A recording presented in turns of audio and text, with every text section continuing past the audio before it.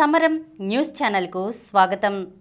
ఈనాటి ముఖ్యాంశాలు: హెచ్ఎంపీవీ కలకలం, మావోయిస్టుల ఘాతుకం, మంచు తుఫానుతో విలవిల, ప్రతి ఇంటికి సౌర విద్యుత్, నల్లమల అడవుల్లో భూగర్భ సొరంగం, రాష్ట్రంలో ఓటర్లు 4,14,40,447. వైరస్పై అప్రమత్తంగా ఉండాలి సీఎం చంద్రబాబు. యువత మాదక ద్రవ్యాలకు దూరంగా ఉండాలి. త్వరలో బుల్లెట్ రైలు పరుగులు. తమిళనాడులో సింధు నాగరికత నాటి ఆనవాళ్లు. జర్నలిస్ట్ ముఖేష్ చంద్రకర్ హత్య కేసులో భయానక విషయాలు వెలుగులోకి.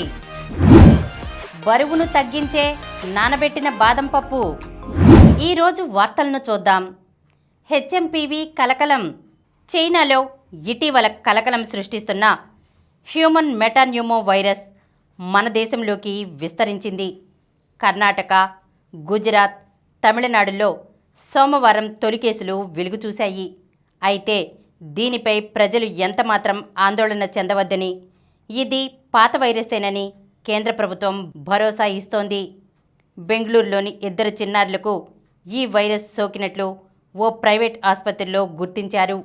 3 నెలల ఆడ శిశువును, 9 నెలల మగ శిశువును శ్వాసకోశ సంబంధ సమస్యలతో ఆసుపత్రిలో చేర్చారు.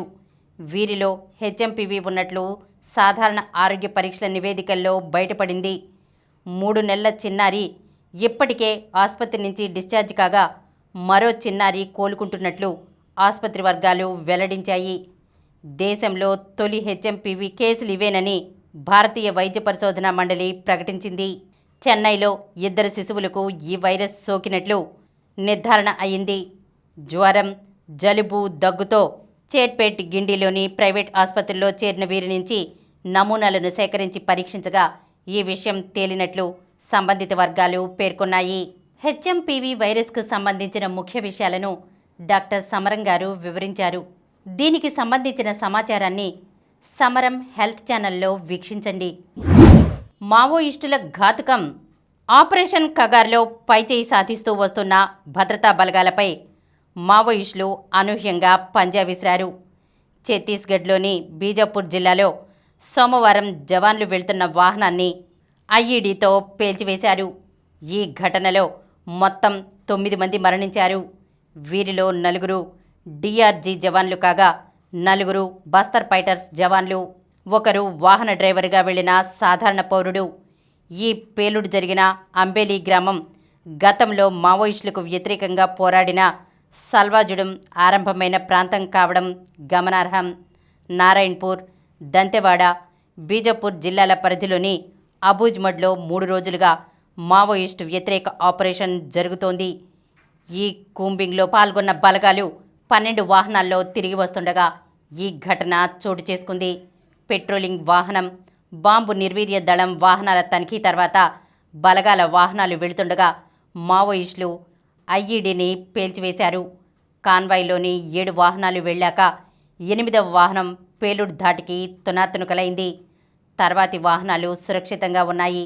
బీజాపూర్కు 40 కిలోమీటర్ల దూరంలోని అంబేలి గ్రామ సమీపంలో కుట్రు వెద్రి రహదారిలో కల్వర్ట్ వద్ద సోమవారం మధ్యాహ్నం 2:15 బలగాల వాహనం లక్ష్యంగా మావోయిస్టులు ఐఈడీని పేల్చారని బస్తర్ ఐజీ సుందర్రాజ్ తెలిపారు. మంచు తుఫానుతో విలవిల. అగ్రరాజ్యం అమెరికాను మంచు తుఫాను వణికిస్తోంది.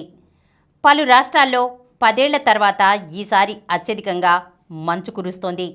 కెంటకీలో గతంలో ఎన్నడూ లేనంతగా 7.7 అంగుళాల మందం మంచు పేరుకుపోయింది.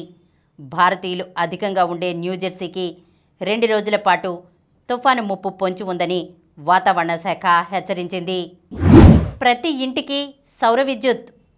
సౌర, పవన విద్యుత్తుకు ప్రభుత్వం ప్రాధాన్యమిస్తోందని ముఖ్యమంత్రి చంద్రబాబు పునరుద్ఘాటించారు. ప్రజలందరూ తమ ఇళ్ల పైకప్పులపై సౌర విద్యుత్ ఉత్పత్తి చేస్తే విద్యుత్ బిల్లుల భారం ఉండదని చెప్పారు. తన సొంత నియోజకవర్గం కుప్పంలోని కుప్పం మండలం నడిమూరులో ప్రధానమంత్రి సూర్యఘర్ యోజన కింద ప్రతి ఇంటికి సౌర విద్యుత్ అందించే పథకాన్ని చంద్రబాబు సోమవారం ప్రయోగాత్మకంగా ప్రారంభించారు. లబ్ధిదారు నాగరాజు కుటుంబీకులతో మాట్లాడారు. ఈ పథకాన్ని తొలుత కుప్పం నియోజకవర్గంలో, ఆపై రాష్ట్రం మొత్తం అమలు చేయాలన్నది తమ లక్ష్యమని చెప్పారు. నల్లమల అడవుల్లో భూగర్భ సొరంగం. గోదావరి బనకచెర్ల అనుసంధాన ప్రాజెక్టులో భాగంగా నల్లమల అడవుల్లో భూగర్భ టన్నెల్ను ప్రతిపాదిస్తున్నారు. బొల్లాపల్లి జలాశయంలో నీళ్లు నిల్వ చేసిన తర్వాత అక్కడి నుంచి బనకచెర్ల హెడ్ రెగ్యులేటర్కు నీళ్లు తీసుకువెళ్లేందుకు నల్లమల అడవుల మీదుగా మళ్లించాల్సి ఉంటుంది. అటవీ, పర్యావరణ అనుమతులు సులభంగా సాధించేందుకు వీలుగా అండర్ టన్నెల్ నిర్మాణం వైపు మొగ్గు చూపుతున్నట్లు సమాచారం. ఈ మార్గంలో 24,000 క్యూసెక్ల నీళ్లు తీసుకువెళ్లేందుకు వీలుగా 118 కిలోమీటర్ల పొడవున గ్రావిటీ కాలువ తవ్వుతారు. ఇందులో భాగంగా 3 చోట్ల నీటిని ఎత్తిపోయాల్సి ఉంటుంది. దీంతోపాటు టన్నెల్ నిర్మాణము అవసరమవుతుంది. నల్లమల అటవీ ప్రాంతంలో దాదాపు 27 కిలోమీటర్ల పొడవున టన్నెల్ తవ్వుతారు. ఇది వన్యప్రాణి అటవీ సంరక్షణ ప్రాంతం కావడంతో ఈ టన్నెల్ను భూగర్భంలో తవ్వాలని ప్రతిపాదిస్తున్నారు. ఈ టన్నెల్ ప్రారంభం, ఆ తర్వాత వెలుపలికి నీళ్లు వచ్చే ప్రాంతం కూడా అటవీ ప్రాంతంలో లేకుండా ప్రణాళిక సిద్ధం చేశారు. అటవీ ప్రాంతం అంతా భూగర్భంలోనే నీళ్లు ప్రవహిస్తాయి. ఈ టన్నెల్ కోసం 17,000 ఎకరాల అటవీ భూమి అవసరమని లెక్కిస్తున్నారు. ఇందులో బొల్లాపల్లి జలాశయంలోనే 15,000 ఎకరాలు కావాలి. రాష్ట్రంలో ఓటర్లు 4,14,40,447. సార్వత్రిక ఎన్నికల నాటితో పోలిస్తే రాష్ట్రంలో 38,560 మంది ఓటర్లు పెరిగారు. గత ఏడాది మే 13 నాటికి 4,14,01,887 మంది ఓటర్లు ఉండగా ప్రస్తుతం ఆ సంఖ్య 4,14,40,447కు చేరింది. అందులో పురుషులు 2,03,52,816, మహిళలు 2,10,84,231, థర్డ్ జెండర్ 3,400 మంది ఉన్నారు. ఓటర్ల జాబితా ప్రత్యేక సమగ్ర సవరణ 2025కు సంబంధించిన తుది జాబితాను రాష్ట్ర ప్రధాన ఎన్నికల అధికారి వివేక్ యాదవ్ సోమవారం విడుదల చేశారు. రాష్ట్రంలో అత్యధికంగా కర్నూలు జిల్లాలో 20,64,184 మంది ఓటర్లు ఉండగా అత్యల్పంగా అల్లూరి సీతారామరాజు జిల్లాలో 7,73,388 మంది ఓటర్లు ఉన్నారు. రాష్ట్ర వ్యాప్తంగా పురుష ఓటర్ల కంటే మహిళా ఓటర్లు 7,31,415 మంది అధికంగా ఉన్నారు. 26 జిల్లాల్లోనూ మహిళా ఓటర్లే ఎక్కువ. వైరస్పై అప్రమత్తంగా ఉండాలి ముఖ్యమంత్రి చంద్రబాబు. ఇతర రాష్ట్రాల్లో హెచ్ఎంపీవీ కేసులు నమోదైన నేపథ్యంలో రాష్ట్ర ప్రభుత్వం అప్రమత్తమైంది. ఇప్పటి వరకు రాష్ట్రంలో హెచ్ఎంపీవీ అనుమానిత కేసులేవీ నమోదు కాలేదని, ప్రజలు ఆందోళన చెందాల్సిన అవసరం లేదని మంత్రి సత్యకుమార్తో పాటు వైద్య ఆరోగ్య శాఖ అధికారులతో సోమవారం ముఖ్యమంత్రి చంద్రబాబు టెలికాన్ఫరెన్స్ నిర్వహించారు. ప్రభుత్వ ఆసుపత్రుల్లో మ్యాక్డ్రిల్ నిర్వహించి ఆక్సిజన్ పైపుల పనితీరు, పీఎస్ఏ ప్లాంట్లు, ఇతర సదుపాయాలను వినియోగానికి సిద్ధం చేయాలి. రాష్ట్రంలో ఇప్పటి వరకు అనుమానిత కేసులేవీ నమోదు కాలేదు. వైరస్ తేలికపాటిగా ఉన్నందున ఆందోళన చెందాల్సిన అవసరం లేదు. వైరస్ నిర్ధారణకు 3,000 టెస్టింగ్ కిట్లను జర్మనీ నుంచి కొనుగోలు చేయాలి. శానిటైజర్లను కూడా కొనుగోలు చేసి అన్ని ఆసుపత్రులకు పంపాలి. మందుల కొనుగోళ్లు జరిగే వరకు రెబావిరిన్ ఔషధాన్ని స్థానికంగా సమకూర్చుకోవాలి అని సీఎం అధికారులను ఆదేశించారు. యువత మాదక ద్రవ్యాలకు దూరంగా ఉండాలి. మీకు మంచి ఉద్యోగాలు కల్పించాలనే ఉద్దేశంతోనే పనిచేస్తున్నాం. పెద్దల పేరుతో అనేక సంక్షేమ కార్యక్రమాలు చేపడుతున్నాం. డాక్టర్ సర్వేపల్లి రాధాకృష్ణ పేరుతో పాఠశాలల్లో కిట్లు, డొక్కా సీతమ్మ పేరుతో మధ్యాహ్న భోజనం అందిస్తున్నాం. యువత మాదక ద్రవ్యాలకు దూరంగా ఉండాలి. ఇందుకోసం డ్రగ్స్ వద్దు బ్రో, డోంట్ బీ ముఖేష్ కార్యక్రమాన్ని చేపడుతున్నాం. మహిళలను గౌరవించాలి. మార్పు అనేది మనతోనే మొదలవ్వాలి అని రాష్ట్ర విద్యా, ఐటీ శాఖల మంత్రి నారా లోకేష్ పేర్కొన్నారు. యువతకు ఉపాధి కల్పనే ధ్యేయంగా విద్యాశాఖల్లో అనేక సంస్కరణలు చేపడుతున్నామని ఆయన తెలిపారు. పరిశ్రమల అవసరాలకు అనుగుణంగా పాఠ్యాంశాలను రూపొందించే విధంగా కేజీ నుంచి పీజీ వరకు ఉన్న సిలబస్లో మార్పులు తెస్తున్నామని చెప్పారు. విద్యా వ్యవస్థను రాజకీయాలకు దూరంగా ఉంచాలనే ఉద్దేశంతో పనిచేస్తున్నామని, విద్యాశాఖకు సంబంధించిన ఏ కార్యక్రమంలోనూ ప్రజాప్రతినిధుల ఫోటోలు, పార్టీల రంగులు ఉండటం లేదన్నారు. సోమవారం పశ్చిమ గోదావరి జిల్లా ఉండి నియోజకవర్గంలో పలు అభివృద్ధి కార్యక్రమాలను ఆయన ప్రారంభించారు. త్వరలో బుల్లెట్ రైలు పరుగులు. దేశంలో ఆధునిక మౌలిక సదుపాయాల కల్పన కోసం యజ్ఞం జరుగుతోందని, బుల్లెట్ రైలు పరుగులు పెట్టే చారిత్రక రోజు దగ్గరలోనే ఉందని ప్రధాని నరేంద్ర మోదీ వెల్లడించారు. అన్ని ప్రాంతాలకు అత్యధిక వేగంతో కూడిన రైళ్లను నడపడంతో పాటు ప్రయాణికుడికి తొలి స్టేషన్ నుంచి గమ్యస్థానం వరకు మర్చిపోలేని ప్రయాణ అనుభూతిని మిగిల్చేలా సదుపాయాలను అభివృద్ధి చేస్తున్నట్లు తెలిపారు. హైదరాబాద్లోని చెర్లపల్లి రైల్వే టెర్మినల్ను ఔటర్కు అనుసంధానం చేయడం ద్వారా పారిశ్రామిక అభివృద్ధి మరింత వేగమయ్యేందుకు పునాదులు పడతాయన్నారు. జమ్మూ రైల్వే డివిజన్ ప్రారంభం, తూర్పు కోస్తా రైల్వే రాయగడ డివిజన్ భవన నిర్మాణానికి పునాదులు వేయడం, చెర్లపల్లి రైల్వే టెర్మినల్ను జాతికి అంకితం చేసే కార్యక్రమంలో సోమవారం ఆయన ఢిల్లీ నుంచి వర్చువల్గా పాల్గొన్నారు. ఈ కార్యక్రమంలో తెలంగాణ సీఎం రేవంత్ రెడ్డి వర్చువల్గా పాల్గొన్నారు. తమిళనాడులో సింధు నాగరికత నాటి ఆనవాళ్లు. తమిళనాడు పురావస్తు శాఖ నిర్వహించిన సర్వేలో ఆసక్తికర విషయం బయటపడింది. రాష్ట్ర వ్యాప్తంగా 140 ప్రాంతాల్లో కొంతకాలంగా జరిపిన తవ్వకాల్లో పెద్ద ఎత్తున పురాతన గ్రాఫిటీ గుర్తులు కనిపించాయి.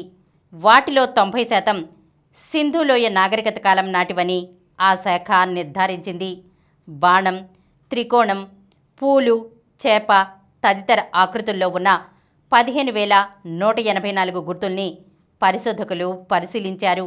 వీటితో పాటు ఆంగ్ల యు అక్షరం, వృత్తం, నిచ్చెన, ఎక్స్, స్వస్తిక్ గుర్తులు, చతురస్రాకార పెట్టెలను వెలికితీశారు. వీటిలో కొన్ని సవ్య దిశలో, ఇంకొన్ని అపసవ్య దిశలో ఉన్నాయి. శివగంగై జిల్లాలో కీళ్లడితో పాటు తామిరభరణి నదీ తీరాన ఉన్న శివగాలై, ఆదిజనల్లూరు ప్రాంతాల్లో ఈ ఆనవాళ్లు ఎక్కువగా లభ్యమయ్యాయి. ఇవన్నీ 2600 ఏళ్ల నుంచి 3200 ఏళ్ల కిందటివిగా గుర్తించారు. జర్నలిస్ట్ ముఖేష్ చంద్రకర్ హత్య కేసులో భయానక విషయాలు వెలుగులోకి. బయటకు తీసిన గుండె, 4 ముక్కలైన కాలేయం, 15 చోట్ల పగిలిన తల, విరిగిన పక్కటెముకలు, మెడ. యువ జర్నలిస్ట్ ముఖేష్ చంద్రకర్ ఎంత దారుణంగా హత్యకు గురయ్యాడనడానికి ఉదాహరణలు ఇవి. సోమవారం అతడి మృతదేహానికి పోస్టుమార్టం చేసిన వైద్యులు తమ కెరీర్లో ఇంత భయానక హత్యను చూడలేదని పేర్కొనడం గమనార్హం. మరోవైపు ఈ కేసులో కీలక నిందితుడిగా ఉన్న సురేష్ చంద్రకర్ను సిట్ బృందం హైదరాబాద్లో అరెస్ట్ చేసింది. ఛత్తీస్గఢ్ రాష్ట్రం బస్తర్ జిల్లా బీజపూర్కు చెందిన ముఖేష్ చంద్రకర్ ఓ జాతీయ ఛానల్కు న్యూస్ కంట్రిబ్యూటర్గా పనిచేయడంతో పాటు బస్తర్ జంక్షన్ పేరిట యూట్యూబ్ ఛానల్ నిర్వహించేవారు. ఈ క్రమంలో గంగలూరు నుంచి హిరోలి వరకు 120 కోట్ల రూపాయలతో చేపట్టిన ఓ రోడ్డు ప్రాజెక్టులో భారీ అవినీతి జరిగిందంటూ గత ఏడాది డిసెంబర్ 25న కథనాన్ని ప్రసారం చేశారు. అయితే అదే రోజు నుంచి అతను కనిపించకుండా పోయారు. ఆయన తమ్ముడు యుకేష్ ఫిర్యాదు మేరకు గాలింపు చేపట్టిన పోలీసులు జనవరి 3న కాంట్రాక్టర్ సురేష్ చంద్రకర్కు చెందిన ఇంటి ఆవరణలోనే సెప్టిక్ ట్యాంక్లో ముఖేష్ మృతదేహాన్ని గుర్తించారు. ముఖేష్ వెలుగులోకి తెచ్చిన అవినీతి ప్రాజెక్టులో సురేష్ భాగస్వామిగా ఉండడం, హత్య ఘటన వెలుగులోకి రాగానే పరారీ కావడంతో పోలీసులు అతన్నే కీలక నిందితుడిగా భావిస్తున్నారు. ఈ కేసు దర్యాప్తునకు ఛత్తీస్గఢ్ ప్రభుత్వం సిట్ ఏర్పాటు చేసింది. తాజాగా సిట్ అధికారులు సురేష్ హైదరాబాద్లోని తన డ్రైవర్ ఇంట్లో దాక్కున్నట్లు గుర్తించి అరెస్ట్ చేశారు. అతని భార్యను అదుపులోకి తీసుకున్నారు. ముఖేష్ హత్య ఘటనను దేశవ్యాప్తంగా ఆయా పార్టీలు, జర్నలిస్ట్ సంఘాలు తీవ్రంగా ఖండిస్తున్నాయి. Maoist party Dandakaranyam south sub zonal అధికార ప్రతినిధి సమత సోమవారం ఒక ప్రకటనలో సంతాపం వ్యక్తం చేశారు. బరువును తగ్గించే నానబెట్టిన బాదం పప్పు. బాదంపై ఉండే పొట్టులో టానిన్ అనే పదార్థం ఉంటుంది. ఇది శరీరానికి పోషకాలు అందకుండా చేస్తుంది. అందుకే బాదం పప్పుని రాత్రంతా నీళ్లలో నానబెట్టి ఉదయాన్నే పొట్టు తీసి తినడం మంచిదని నిపుణులు చెబుతున్నారు. ఇలా తింటే బాదం త్వరగా జీర్ణమవుతుంది. దీనిలోని పోషకాలని శరీరం సులువుగా గ్రహించగలుగుతుంది. ప్రతిరోజు ఉదయాన్నే 5 నానబెట్టిన బాదం పప్పులను తింటే కలిగే ఉపశమనం, ప్రయోజనాలు అనేకం. నానబెట్టిన బాదం పప్పులో లిపేజ్ అనే ఎంజైమ్ తయారవుతుంది. ఇది జీర్ణాశయంలో ఆహార పదార్థాలు త్వరగా జీర్ణం కావడానికి తోడ్పడుతుంది. అనవసరమైన కొవ్వులను కూడా సులువుగా కరిగిస్తుంది. నానబెట్టిన బాదం పప్పులో కరగని పీచు పదార్థాలు అధికంగా ఉంటాయి. ఇవి ప్రేగులలో కదలికలను పెంచుతాయి. దీనితో మలబద్ధకం సమస్య దూరమవుతుంది. నానబెట్టిన బాదంలో గ్లైసెమిక్ ఇండెక్స్ చాలా తక్కువగా ఉంటుంది. ఆరోగ్యకరమైన కొవ్వులు, పీచు పదార్థాలు అధికంగా ఉంటాయి. ఇవి శరీరంలో ఇన్సులిన్ పనితీరును మెరుగుపరుస్తాయి. దీంతో రక్తంలో చక్కెర స్థాయి పెరగకుండా తటస్థంగా ఉంటుంది. రాత్రంతా నానబెట్టిన బాదంలో ప్రీబయోటిక్ సమ్మేళనాలు ఏర్పడతాయి. ఇవి ఆహార నాళంలో మంచి బ్యాక్టీరియా పెరగడానికి దోహదం చేస్తాయి. ప్రతిరోజు ఉదయాన్నే బాగా నానిన బాదం పప్పు తినడం వల్ల శరీరంలో రోగనిరోధక శక్తి పెరుగుతుంది. నానబెట్టిన బాదంలో omega 3 fatty acids, phosphorus, potassium, ప్రోటీన్లు, పీచు పదార్థాలు అధికంగా ఉంటాయి. ఉదయాన్నే 5 నానబెట్టిన బాదం పప్పులను తినడం వల్ల కడుపు నిండిన భావన కలుగుతుంది. చాలా సమయం వరకు ఆకలి అనిపించదు. దీనివల్ల తినే ఆహారం నియంత్రణలో ఉండి శరీరం బరువు తగ్గే అవకాశం ఏర్పడుతుంది. ఇప్పుడు కొన్ని సంక్షిప్త వార్తలను చూద్దాం. బందరు పోర్టుకు ప్రత్యేక లైను వేయాలి. ప్రధాని మోదీకి తెలంగాణ సీఎం రేవంత్ రెడ్డి వినతి. హైదరాబాద్ రీజనల్ రింగ్ రోడ్డుకు అనుసంధానంగా రీజనల్ రింగ్ రైల్వే లైన్ మంజూరు చేయాలని ప్రధాని నరేంద్ర మోదీని తెలంగాణ ముఖ్యమంత్రి రేవంత్ రెడ్డి కోరారు. సాత్విక్ జోడీకి పరీక్ష. మలేషియా ఓపెన్ నేటి నుంచే. భారత అగ్రశ్రేణి డబుల్స్ ఆటగాళ్లు సాత్విక్ సాయిరాజ్, చిరాగ్ శెట్టిలకు కొత్త ఏడాది ఆరంభంలోనే గట్టి పరీక్ష ఎదుర్కానుంది. ఈరోజు ఆరంభమయ్యే మలేషియా ఓపెన్ ప్రపంచ టూర్ సూపర్ 1000 టోర్నీతో ఈ జోడీ కొత్త సీజన్ను ఆరంభించనుంది. దక్షిణాఫ్రికాకు వరుసగా 7వ విజయం. ఇప్పటికే WTC ఫైనల్కు అర్హత సాధించిన దక్షిణాఫ్రికా టెస్టుల్లో వరుసగా 7వ విజయాన్ని నమోదు చేసింది. రెండంచెల టెస్టు విధానంపై ICC దృష్టి. టెస్ట్ క్రికెట్లో భారత్, ఆస్ట్రేలియా, ఇంగ్లాండ్ జట్టుతో కలిసి రెండంచెల విధానం ఏర్పాటు అవకాశాల్ని ICC పరిశీలిస్తోంది. ఈ మేరకు BCCI, cricket Australia, England cricket బోర్డుతో ICC చర్చించనుంది. భారత్కు స్మృతి సారథ్యం. సొంతగడ్డపై ఐర్లాండ్తో జరిగే 3 వన్డేల సిరీస్లో భారత మహిళల జట్టుకు స్మృతి మంధానా సారథిగా వ్యవహరించనుంది. మరిన్ని వార్తా విశేషాలతో రేపటి సమరం న్యూస్ ఛానల్లో మళ్ళీ కలుద్దాం. ప్రతిరోజు వార్తా విశేషాల కోసం అనతి కాలంలోనే 20 కోట్లకు పైగా వ్యూస్ సాధించిన సమరం ఛానల్ సమర్పించు సమరం న్యూస్ ఛానల్కు సబ్స్క్రైబ్ చేయండి, లైక్ చేయండి, మీ ఫ్రెండ్స్కి షేర్ చేయండి. అలాగే ప్రక్కనున్న గంట సింబల్ని ప్రెస్ చేయడం మర్చిపోకండి.